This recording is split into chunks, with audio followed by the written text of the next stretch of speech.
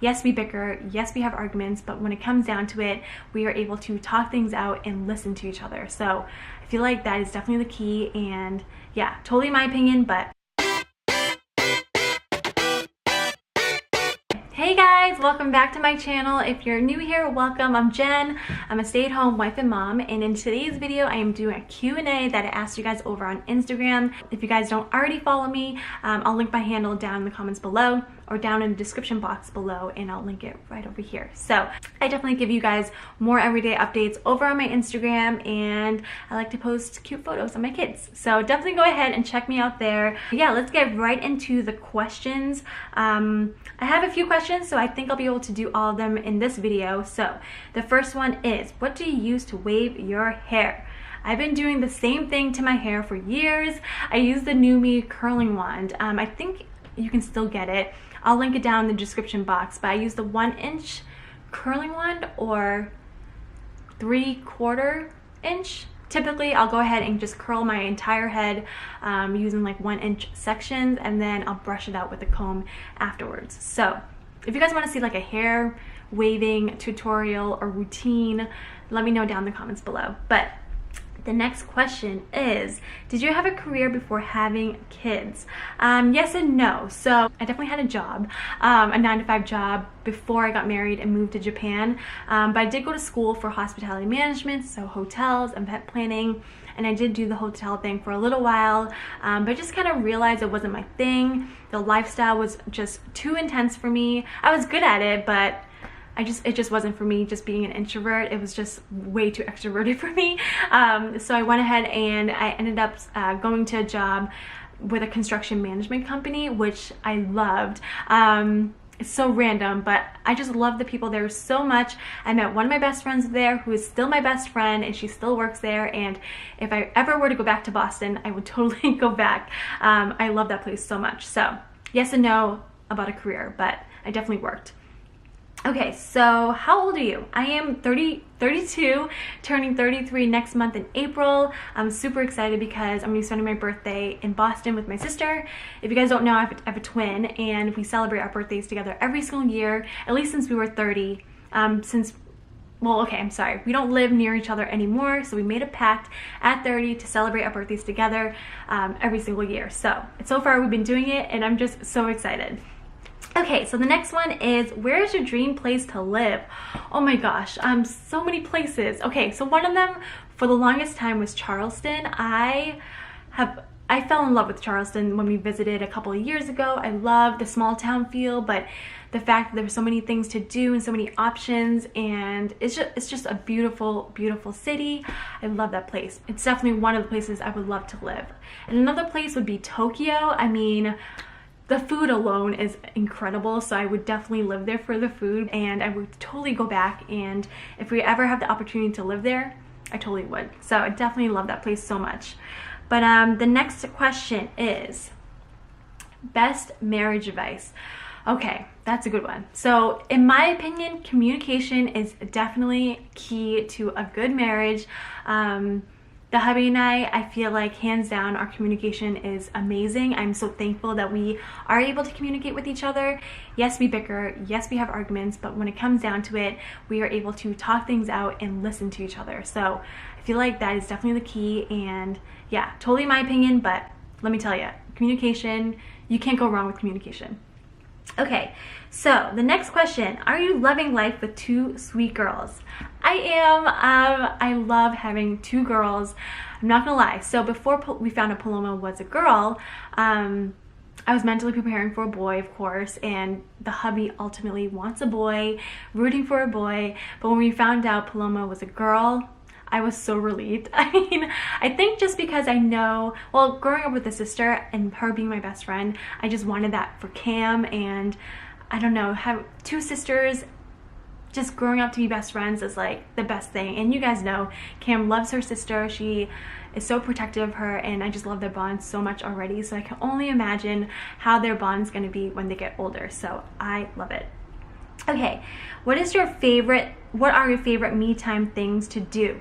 Gosh, okay, ultimately I feel like my favorite me time thing to do is go into a coffee shop, having a good cup of coffee and enjoying peace and quiet and that little freedom that I have away from the kids. I know it sounds crazy. I like doing very homebody things to recharge.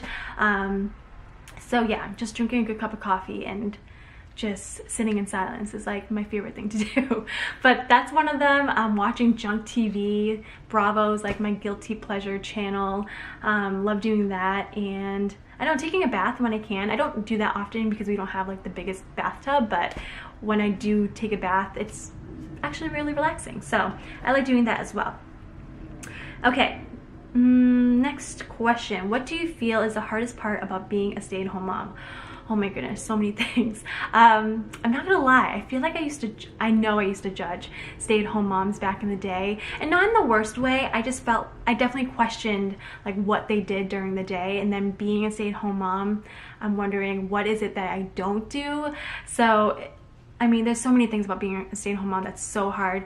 If I really get down into it, the hardest part is the pressure, I think, of raising your kids right, having that responsibility. I mean, every parent has a responsibility of raising the kids right, but there's something about being a stay-at-home mom, stay-at-home parent, that just, I don't know, that weight of wanting to make sure that your kids are raised right and feeling like it's up to you and like ultimately it lies on you, I guess. I don't know if you guys feel the same way if you're a stay-at-home mom, but I definitely feel that way.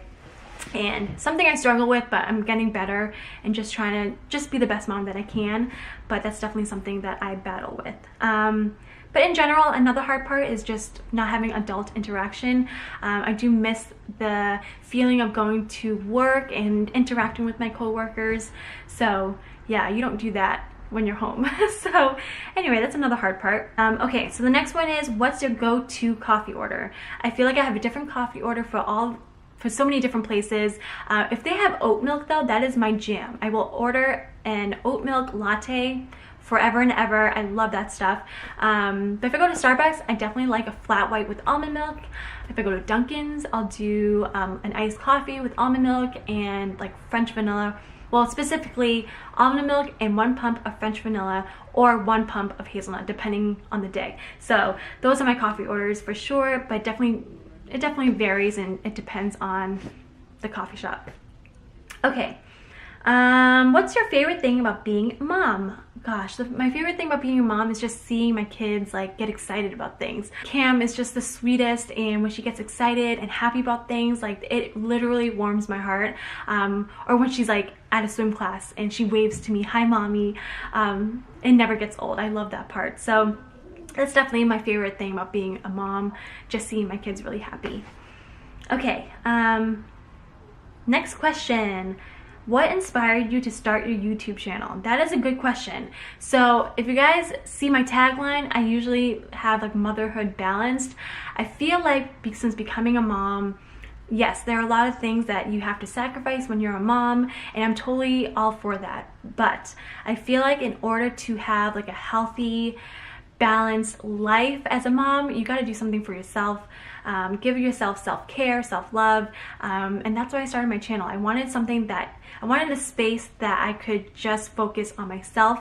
Granted, it's like a mommy channel and I talk about my kids and all that stuff, but ultimately it's all up to me and how I produce my channel and what videos and content that I put out. It's all how I want to do it. So that's ultimately why I started my channel, because I just wanted a space for me. So yeah, the next one is, how do you edit your Instagram pictures? Okay, so I'm not gonna lie, I'm loving my Instagram lately. I use a preset by Burt's Breeze Please. I'll link her handle right over here, but she has a preset that she offers every so often for purchase, and I purchased her preset. I definitely tweak it, although I will say it is perfect on its own. I definitely tweak it so it kind of gives, I don't know, I think I'm just a little picky about it, so I'll tweak it with Snapseed and Color Story and kind of make it my own. So I love her preset and I highly recommend it. Okay, how has the transition been from 1 to 2? Gosh, hard, so hard. So from 0 to 1, insane. I mean, so many things. You don't know what you're doing. Sometimes I still don't know what I'm doing, but just that whole process of trying to figure out how to be a mom, and then the transition from 1 to 2 is like a different type of difficulty. It's just trying to get the hang of 2 as opposed to 1. I'm not gonna lie, I definitely struggled. I'm still struggling a little bit, but I'm starting to see the light. But the first few months of just trying to get the hang of 2 was so difficult for me. I feel like I'm always sweating. I'm always anxious, especially when we're out and about. But again, I'm starting to see the light. I'm starting to get the hang of things. I am starting to put on makeup, do my hair, so things are looking good. But people do say that with time, it does get easier, and I completely agree. Okay, the last question is tips on potty training. How do I even begin? Oh my gosh, I don't know. Let me know, because I'm struggling. If you guys have been following me, you guys know that we have been trying to potty train Cam for the longest time. Ideally, we wanted it to happen before Paloma was born, but clearly that's not happening. And we have a problem with consistency right now. So when we're out and about, I feel like Cam's so great at letting us know when she has to go to the potty, but it's when we're at home, she just does not care to go to her potty. We have a portable seat downstairs and then like a seat for the toilet upstairs, so she has options. It's not until we bribe her, then that's when she'll go on the potty.